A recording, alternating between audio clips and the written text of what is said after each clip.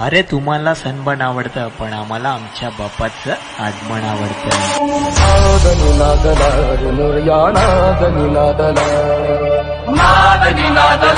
गणपती बाप्पा मोरया.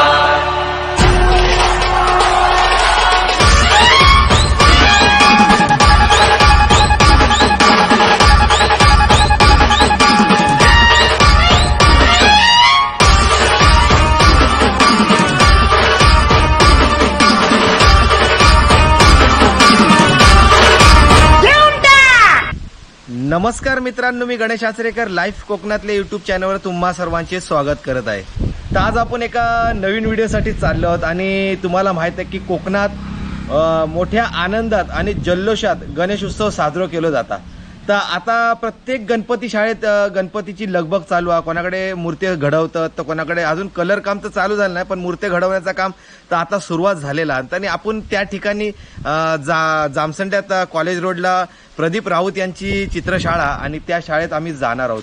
म्हणजे त्या शाळेत जाण्यामागचा उद्देश की शाडू मातीपासून कशी गणपतीची मूर्ती घडवली जाता ह्याच आपण बघणार आहोत. तर कशा पद्धतीने ही शाडू मातीची मूर्ती घडवली जाता, कसा जोडकाम केला जाता, कसे अलंकार चढवले जातात, कसा कलर काम झाला, पण आपण आता फक्त मूर्ती पूर्ण कशी तयार केली जाता ह्या बघणार आहोत. तर तुम्ही मित्रांनो हो व्हिडिओ तुमका खरोखर माहितीपूर्वक होईत आणि तुमका यातून काहीतरी वेगळा मिळात यासाठी मी हो व्हिडिओ बनवतोय. तर मित्रांनो हो व्हिडिओ तुमका नक्की आवडला तर लाईक करा, शेअर करा, सबस्क्राईब करून बाजूचा बेल बटन दाबूक देखील विसरू नका. तर चला माझ्यासोबत शाडू मातीपासून कशी गणपतीची मूर्ती घडवतात ह्या बघण्यासाठी.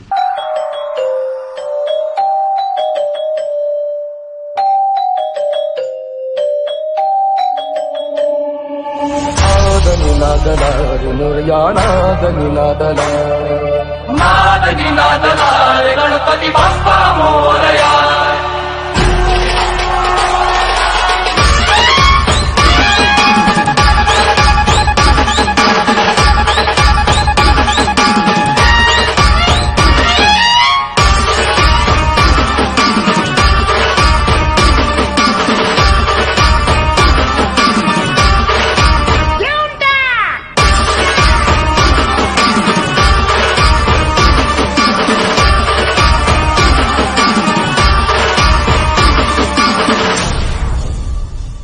आपण प्रदीप राऊत यांच्या दिरबा गणेश आर्ट्स या गणेश चित्रशाळेमध्ये आलोत आणि आपल्यासोबत आता राऊत काका आहेत. आणि राऊत काका काय सांगाल, यावेळेला एकूण गणपती किती आहेत?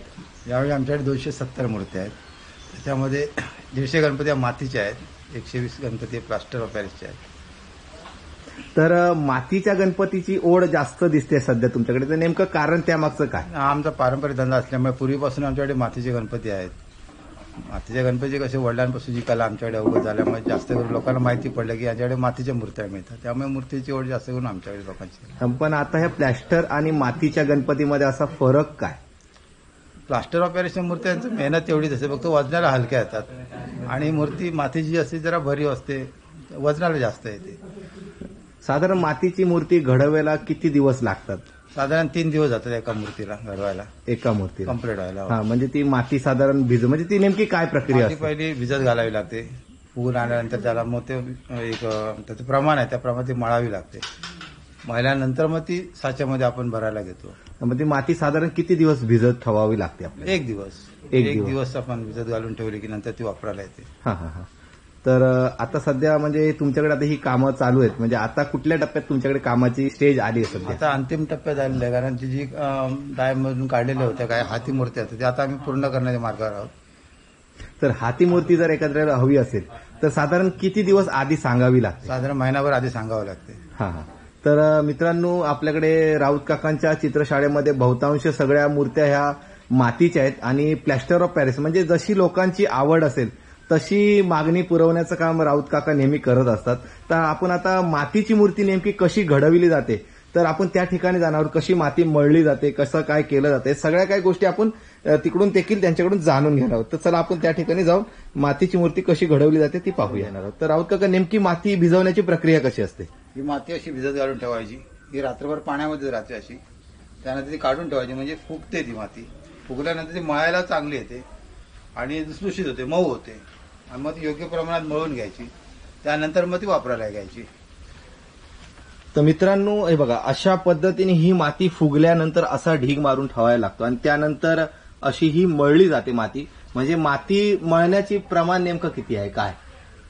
प्रमाणच ना, आपण जेवढ्या पद्धती पाहिजे तेवढ्या प्रमाणात ती सुकी माती त्याच्यामध्ये मिक्स करायची आणि ती घट्ट करून घ्यायची.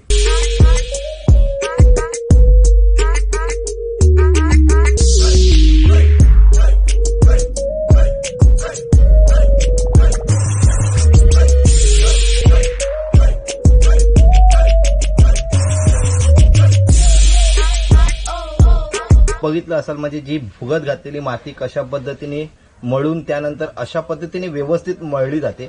म्हणजे आपल्याला चपातीचा जसा पिठाचा गोळा असतो त्या पद्धतीने ही माती मळली जाते. तर ते काम पूर्णतः नरेश करतोय.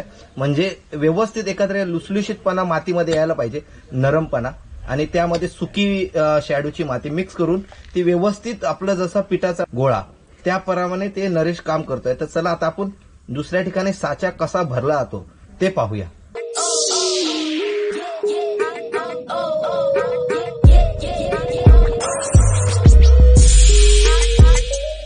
ज्या वेळेला आपल्याला साच्यामधून मूर्ती काढायची असते त्यावेळेला ही अशा पद्धतीने जो साचा असतो म्हणजे आधीची माती असते ती आपल्याला अशी ब्रशच्या साहाय्याने ती साफ करून घ्यायला लागते. तर बंड्या ते आता काम सध्या करतो आहे. मित्रांनो आपला साचा पूर्णतः बंड्याने साफ करून घेतला आणि ही आता पावडर माती आहे. म्हणजे जेणेकरून साच्यामधली जी माती आहे ती साच्याला चिटकू नये म्हणून ही शंखजिराची पावडर आहे आणि ती बंड्याने पूर्णतः साच्याला मारून घेतली. तर आता बंड्या साचा भरायला सुरुवात करतोय. तर चला आता आपण बघूया कशा पद्धतीने हा साचा भरला जातो.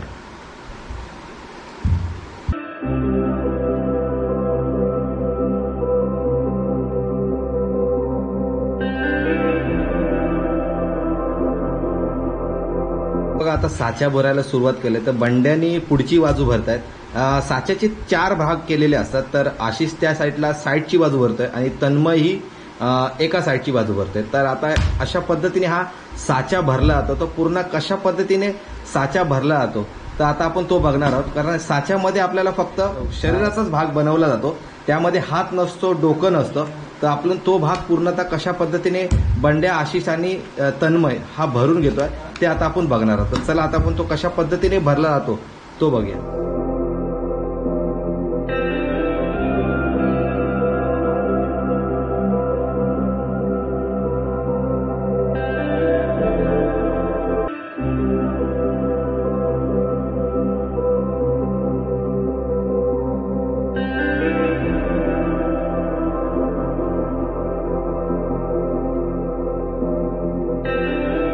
आता बंड्या साच्या भरतोय. साधारण छोटा गणपती असेल तर 20 ते 25 मिनिटं लागतं आणि मोठा असेल तर 30 ते 35 मिनिटं साच्या भरायला लागतात. तर बंड्याने आता ती पावडर मारलेली आहेत. म्हणजे ती शंखजिरा पावडर म्हणजे थोडक्यात काय, जी शंखाची पूड असते, समुद्रातले शंख असतात त्यापासून ती पावडर बनवली जाते. त्यामुळे ती मूर्ती आपल्या साच्याला आतमध्ये चिकटत नाही आणि व्यवस्थित ते सगळे डिझाईन व्यवस्थित येतात. अशा पद्धतीचा हा आता साचा आपण भरतो. तर बघा कशा पद्धतीने हो बंड्या व्यवस्थित भरता. म्हणजे एवढं त्यांचा हात बसलेलो असता की पटपट पटपट पटपट ह्या काम होता. आणि हे 4 बाजू असतात, एका साच्यात 4 बाजू असतात. म्हणजे आपल्या पाठीमागचा भाग, पुढचा भाग आणि साईडचे 2 भाग, अशा 4 भागात हो साचा तयार होता. आणि त्यानंतर मग ते का हात जोडले जातात, दागिने घातले जातात, डोक्या जोडला जातात, ही सगळी प्रक्रिया होतात. आता आपण हे साचा कसो काढलो जाता हे आता आपण बघतो. आता बंड्या आहे तो कात्या आतमध्ये भरतोय. म्हणजे जेणेकरून काय होतं, जी बॉडी असते ती एकजीव धरून राहते आणि त्यानंतर हा कात्या लावून परत त्याच्यावर माती लावली जाणार आहे. तर अशा पद्धतीने हे असतं. म्हणजे कात्या लावण्याचा उद्देश तोच असतो की माती सुटू नये आणि एकजीव करून, म्हणजे थोडक्यात ते बाबा काय एकत्र पकडून राहण्यासाठी त्याच्यासाठी कात्या वापरला जातो.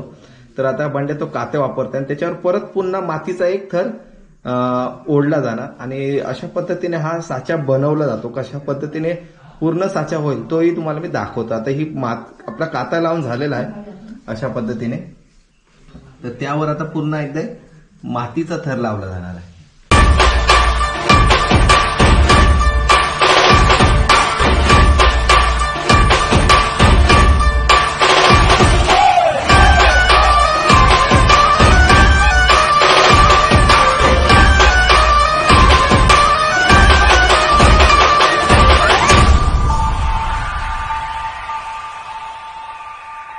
मी सांगितलंय ना, म्हणजे हे 3 बाजू झाले, एक पुढची बाजू आणि हे 2 साईडचे, आणि त्याच्यावरती ही 4थी बाजू एक असता पाठीमागची. तर आता हे 2 बाजू आहेत ते जोडले जातात. तर बंड्याचं काम करतात, जोडून घ्यायचं काम करतात, म्हणजे का जॉईंट मारतात, म्हणजे आतमध्ये ते व्यवस्थित माती भरून तो जॉईंट केलं जातं आणि त्यानंतर तो साचा काढलो जातो. तो कसं काढलं जातं आणि कसे जॉईंट मारले जातात हे आता आपल्या सगळ्या बंड्या दाखवतात. बंड्या आता सगळं जॉईंट मारताय सगळं.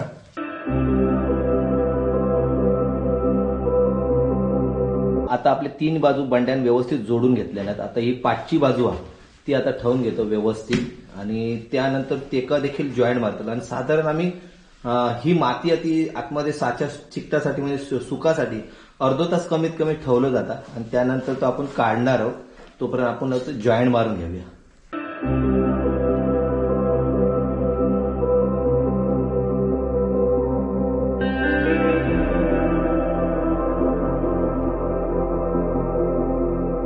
आपलं अर्धा तास झालेलो आणि साच्या बऱ्यापैकी सुकलेलो आहे. तर आता बंड्या काढता बघा, म्हणजे एक पुढचा भाग काढला ना, आहा क्या बात आहे. तर आता तो पुढचा भाग काढल्यानंतर बाकीचे आता बाजूचे भाग काढलेले.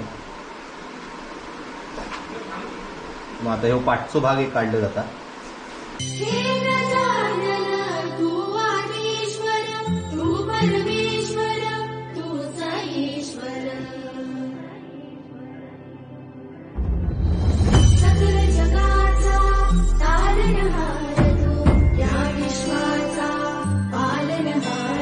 बघा, या साच्यामधून बाहेर काढल्यानंतर अशी पूर्णतः शरीर तयार होत आहे व्यवस्थित. आणि त्यानंतर आपल्या हात आणि डोका ह्या जॉईंट करू लागतात. आता यानंतर ह्यो साच्यामधून बाहेर काढल्यानंतर बंड्याक विचारूया नेमका नंतर काय काम असतं. तर आपण आता बंड्याक विचारूया. तर चला आता आपण पुढचं काय काम असतं ता बघूया. आपण शरीराचा भाग काढल्यानंतर त्याला लागणारे हात आणि डोका तर आता आशिष आणि बंड्या काढता. तर ही सांगितल्याप्रमाणे जी पावडर आहे ती पहिली शंखजीर्ण पावडर लावू लागतं आणि त्यानंतर ते हात पण सेम प्रोसिजर असतात. म्हणजे जसं आपण शरीराचा भाग काढलं तसेच हात आणि डोक्याचं पार्ट काढलं जातं. तर तो तुमच्या माहितीसाठी कशा पद्धतीने काढलं जातं तर तो तुमका मी दाखवतो. तर बघा, आता आशिष हात काढता.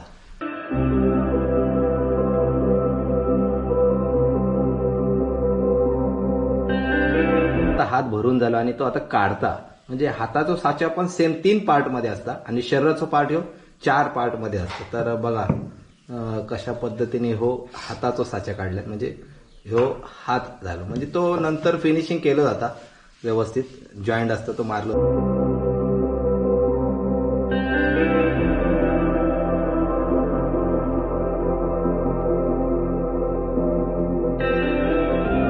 पद्धतीने हो आशिषने हात काढला मस्तपैकी.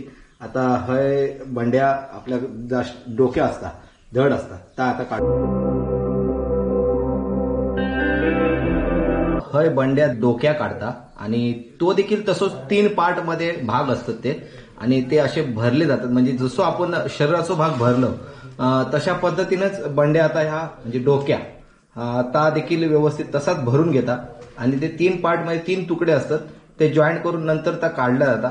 तर आता आपण ता तोपर्यंत कसा पद्धतीने भरला जाता हे आपण बघूया.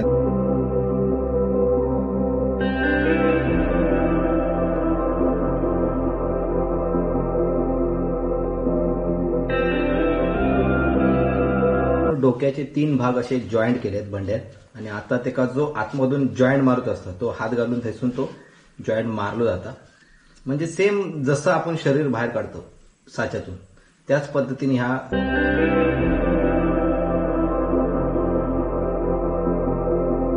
भरून झालेला आणि 5ची बाजू पहिली काढायला लागते. त्यानंतर पुढच्या 2 बाजू असतात, अशा 3 बाजू असतात. तर आता 5ची बाजू काढलेली आहे बंड्याने. आता पुढची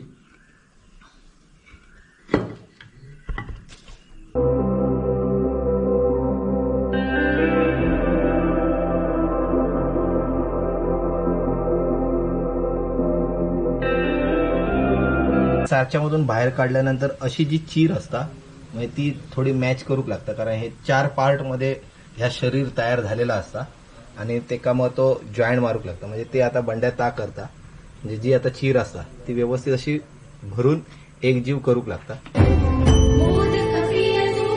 मंगलदाता भक्तांची कामना पुरविता महाकार्या नगरीचा तू महाकार्या नगरीचा तू दैवत म्हणजे डोका आता बंड्या आहे जॉईंट मारता म्हणजे हे प्रत्येक पार्ट वेगवेगळा असता म्हणजे शरीराचा भाग एक वेगळं काढला जाता डोक्या वेगळा काढला जाता हात वेगळे काढले जातात आणि सोंड ही पार्ट वेगळं काढलं जातं तर आता आपण अशा पद्धतीने बंड्या लावता तर आता आपण बघूया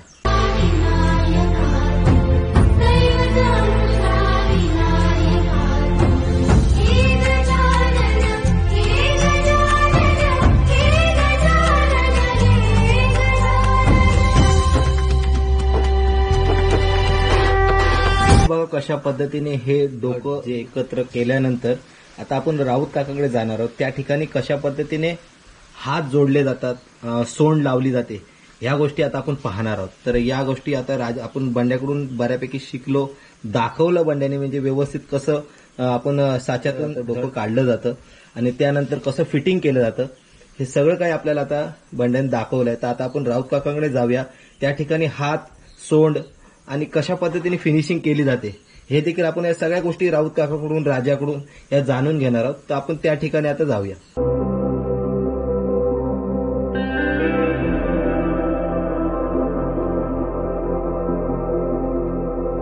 आता आपण बघितलं की कशा पद्धतीने शरीराचा भाग बनवला जातो त्यानंतर हे अशा पद्धतीने हात जोडले जातात दोन पार्ट होते ते एक जीव करून घेतला जातो आणि त्यामध्ये तो व्यवस्थित म्हणजे एकमेकात गुंतवला जातो जेणेकरून तो सुटू नये त्या हिशोबाने केला जाता आणि व्यवस्थित आता जॉईंट मारतात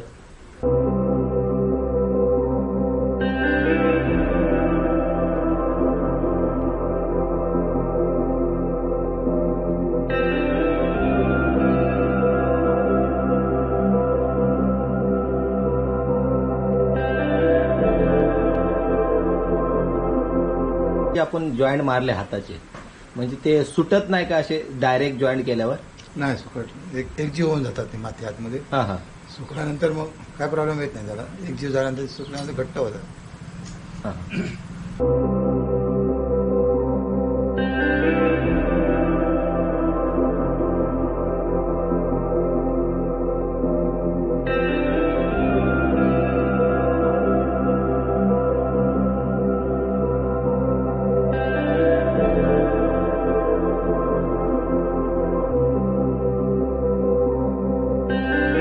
चारी हात आता जोडून झालेले आहेत आणि ही म्हणजे ज्या वेळेला साच्यातून बाहेर मूर्ती येते तेव्हा म्हणजे डोका नसता हात नसता आणि सोंड नसता तर आपल्या हे बाहेर गेल्यानंतर 4 पार्ट लावू लागतात तर आता राऊत काका सोंड लावतात म्हणजे ही सोंड देखील आपल्या हाती बनवू लागता प्रत्येक वेळेला सोंड तयार नसता आणि आपल्या जसं आकार होय सोंडेचं तसं हे बनवलं जाता तर आता ती बनवली जाता सोंड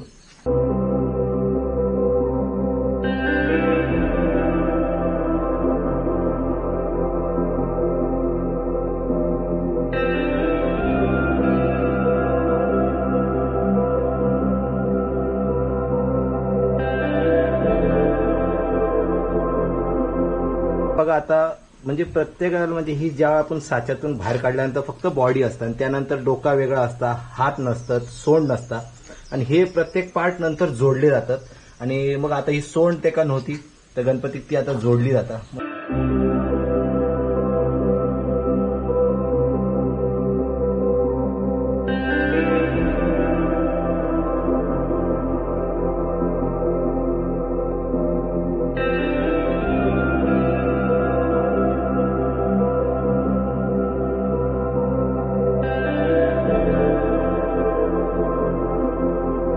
म्हणजे धड कसा जॉईंट केला जाता राऊत काकांनी आपल्या कसे हात जोडले जातात तो सोंड जोडली जाता आणि आता तन्मय म्हणजे जी शेवटची फिनिशिंग असता बारीक ती फिनिशिंगचं काम तन्मयीकडे दिलेलं असतं आणि तन्मयता कशा पद्धतीने करता येते एकदम बारीक काम असताना म्हणतं शेवटच्या टप्प्यात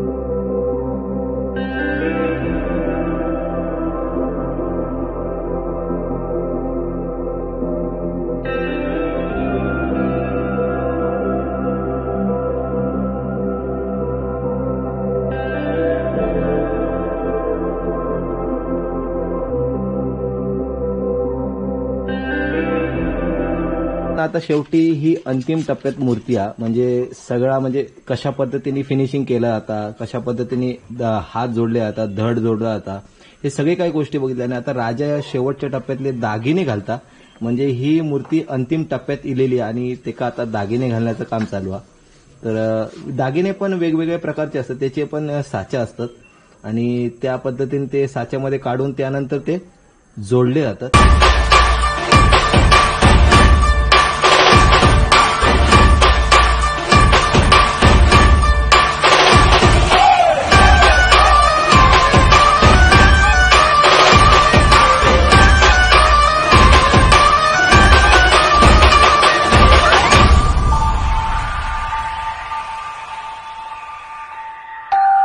आपण बघितले दागिने कसे बनवले जातात आणि त्यानंतर हे अशा पद्धतीने चढवले जातात. राजा, प्रत्येक वेळेला दागिने हे म्हणजे वेगळे असतात की साच्यामधले असतात की हाताने बनवू लागतात, काय नेमकं त्याचं असतं? नाही, डायमध्ये आम्ही डाय मारले जे दागिन्याचे प्लेट्स आहेत, त्या प्लेटमधल्या दागिना हे असे बनवले ना, तरी प्रत्येक मूर्ती हे सूट होतं असं नाही आहे. प्रत्येक मूर्तीच्या आकारमानानुसार दागिने काय ठेवायचे, नाही तर एवढा मोठा दागिना आहे छोट्या मूर्तीसाठी शोभणार नाही. म्हणून हे साच्याचे दागिने सगळ्याच मूर्तींका वापरता येण्यासारखे नसतात. म्हणून हे दागिने आम्ही हाती पण बनवतो अशा पद्धतीने, जेणेकरून त्या मूर्ती साजेशी किंवा सुटेबल. बालमूर्ती आहे, बालमूर्तीक तीच भरजरी दागिने शोभत नाही. म्हणून हे बालमूर्ती टाईप जे छोट्या मूर्तीक सूट होतील अशा पद्धती दागिने आम्ही हाती बनवतो, जे हे दागिन्यांच्या प्लेट्समध्ये नाही आमका इझिली अवेलेबल होते.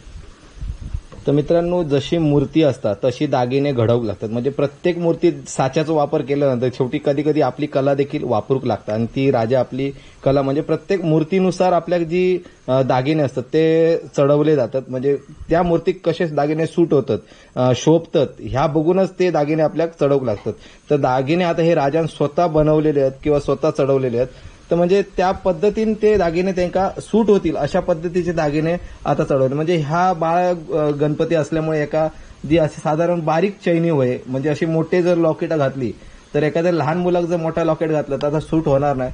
तशा पद्धतीने हे आपले प्रत्येकाच्या मूर्तीक जसे सूट होतील असे दागिने चढवू लागतात. तर आता दागिने राजा करता कशा पद्धतीने घातल्यावर मूर्ती पूर्ण झाल्यावर तुमका मी दाखवते. तर आता आपण दागिने चढवून घेऊया.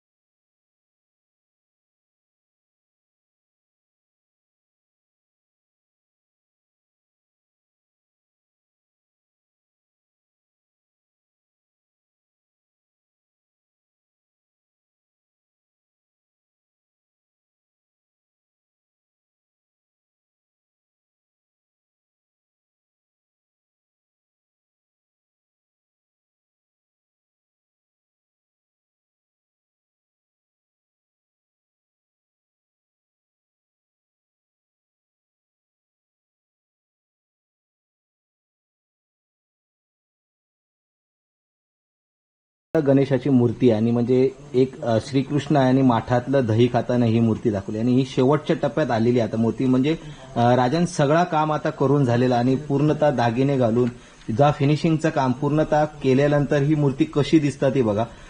खरोखर एक वेगळी आणि एक छान अशी म्हणजे पूर्णतः हाती काम केलेला, म्हणजे कुठलाही साच्याचा वापर न केलेली ही मूर्ती आहे आणि कशी सुबक मूर्ती आपल्याला पाहूक मिळता, म्हणजे बघूक मिळता. मित्रांनो, प्रदीप राऊत यांच्या दिरबा गणेश आर्ट्स या चित्रशाळेत आपण शाडू मातीपासून कशा पद्धतीने ही मूर्ती घडवली जाते तर राऊत काकांनी आपल्याला चांगल्या पद्धतीने सहकार्य, तर राजा होता, नरेश होता, तन्मय होता, बंड्या होता, आशिष, अशा हे त्यांचे मित्रमंडळी म्हणजे ही कामगार आहेत त्यांचे, परंतु ते कुटुंबातील एक सहकारी असल्यामुळे चांगल्या पद्धतीने गणपतीच्या मूर्त्या सजतात. तर मित्रांनो, कशा पद्धतीने तुम्हाला ही शाडू मातीपासून मूर्ती कशी घडवली जाते हे तुम्हाला राऊत काकांनी म्हणजे चांगलं आपल्याला सहकार्य केलं आणि त्यापासून ही शाडू मातीची मूर्ती कशी घडवली जाते त्या कशा पद्धत पहिला सर्वप्रथम त्याचा शरीराचा भाग काढला जातो, त्यानंतर डोकं काढलं जातं, हात काढले जातात आणि त्यानंतर मग दागिने चढवले जातात. अशा पद्धतीने ही शाडू मातीची मूर्ती घडवली जाते आणि राऊत काकांचा हा कल मातीच्या मूर्तींकडे जास्त आहे. कारण का प्लॅस्टर ऑफ पॅरिसच्या मूर्त्या ह्या पाण्यामध्ये विरघळत नाही. मातीची मूर्ती ही तात्काळ विरघळते. म्हणून राऊत काकांचा पारंपरिक म्हणजे वडिलोपार्जित ही तिसरी पिढी त्यांची आता या गणेश शाळेमध्ये काम करते. आणि त्यानंतर राजा ही चौथी पिढी आहे. राजा आज चांगल्या पद्धतीने ही गणेश मूर्ती घडवतो. म्हणजे शेवटच्या टप्प्यातील दागिन्याचं काम राजा करतो. आणि राजा म्हणजे आता आपण बघितली ती बाल गणेशाची मूर्ती ही राजाने स्वतः हाताने घडवली. आणि ती कशा पद्धतीने घडवली म्हणजे एक देखणी मूर्ती, म्हणजे एक कृष्णाचं रूप त्या गणपतीमध्ये आणलेलं आहे. आणि ती खरोखर एक देखणी मूर्ती आपल्याला राजाने घडवली. म्हणजे राऊत काका नंतर राजा या कलेकडे वळलेला आहे. आणि राजा खरोखर एक आपला स्वतःची नोकरी आहे, नोकरी सांभाळून हा व्यवसाय करतो. तर अशा पद्धतीने ही प्रदीप राऊत यांच्या चित्रशाळेतली ही कला होती आणि तुम्हाला मी ही दाखवण्याचा प्रयत्न केला. तर मित्रांनो, आमचा हा व्हिडिओ जर तुम्हाला आवडला तर लाईक करा, शेअर करा, सबस्क्राईब करून बाजूचं बेल बटन दाबायला देखील विसरू नका. तर पुन्हा भेटूया नवीन विषयासह नवीन ठिकाणी. म्हणान मी सांगते येवा कोकण आपलोच असा. अरे तुम्हाला सनबर्न आवडतं पण आम्हाला आमच्या बाप्पाचं आगमन आवडतं. नदी उधळ